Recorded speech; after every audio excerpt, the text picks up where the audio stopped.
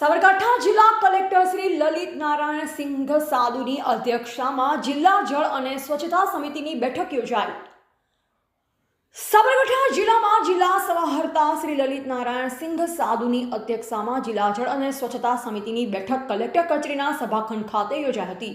આ બેઠકમાં રિજુવિનેશન કાર્યક્રમ હેઠળ હિંમતનગર, ઈડર અને વિજયનગર તાલુકાના 8 ગામોમાં નવીન પમ્પિંગ મશીનરી માટે યાંત્રિક વિભાગના 8 કામોને અંદાજિત 8.44 લાખના ખર્ચે સૈદ્ધાંતિક મંજૂરી આપવામાં આવી હતી। નલ સે જલ યોજનાના અંતર્ગત ગ્રામ્ય પાણી પુરવઠા યોજનાઓની મરમ્મત અને નિભાવણી બાબતે ચર્ચા કરાઈ। પૂર્ણ થયેલ યોજનાઓની બાકી રહેલ ઓડિટની કામગીરી સત્વરે પૂર્ણ કરવા કલેક્ટરશ્રીએ જણાવ્યું।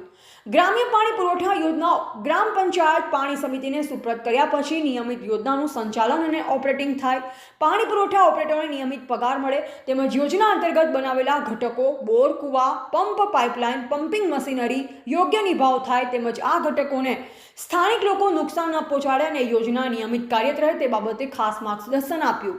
આ બેઠકમાં જિલ્લા વિકાસ અધિકારી શ્રી હર્ષદ વોરા, ગ્રામ વિકાસ એજન્સી નિયામક શ્રી પાટીદાર, પ્રાથમિક જિલ્લા શિક્ષણ અધિકારી શ્રી ઉપાધ્યાય, આયોજન અધિકારી શ્રી તેમજ સમિતિના અમલીકરણ અધિકારીઓ ઉપસ્થિત રહ્યા હતા। રિપોર્ટર જયેશ ઠાકોર સાથે શૈલેષ પટેલ, સાબરકાંઠા।